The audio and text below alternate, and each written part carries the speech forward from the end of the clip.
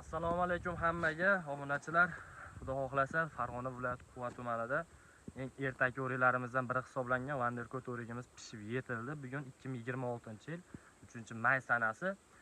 Juda ham shirin o'rigimiz, kalibr jihatdan ham yuqori kalibr beradi.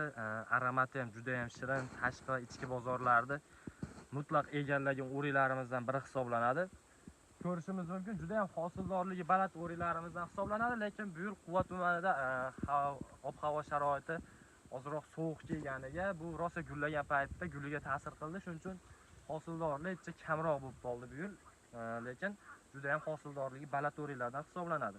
Buni kuz oyiga ko'chatlardan, ishonchli ko'chatlardan ko'paytirib qo'yganmiz. Manzilimiz Farg'ona viloyat Quva tumanida. Pastki nomerlarga bog'lanib, bemalol ko'chatlarga zakaz berib qo'ysanglar bo'ladi. Professional darajada bog' tashkillab berish xizmatlarimiz bor. Agronom maslahati, bemalol hamma konsultatsiyalar olsanglar bo'ladi telefon qilib. O'rikni ko'rishingiz mumkin. O'zi bleski ham juda ham chiroyli hisoblanadi. Buni ko'rsating, kalibrini kafti to'ldirib turadi mana. Hozirgi narxi birinchi terimda o'zi $5 atrofida uzilyapti. Endi hozir Quva tumanida 2-may sanasida pishayotgan bo'lsa, agar buni voha yoki bir issiqroq joylarga ekadigan bo'lsak, biz bu muddatni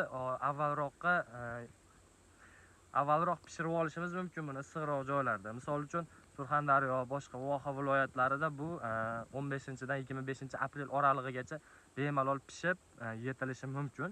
Bizda ichi sovuqroqligi uchun, endi vodiy tog'lar bilan o'ralganligi uchun shuni hisobiga may oyiga o'tdi.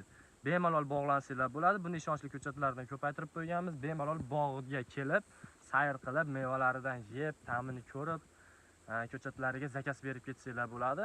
Pastga nomerlarga bog'laninglar. Bizda hamma sharoitlar bor. Sog' bo'linglar. Videoga bittadan like bosib qo'yish esdan chiqmasin.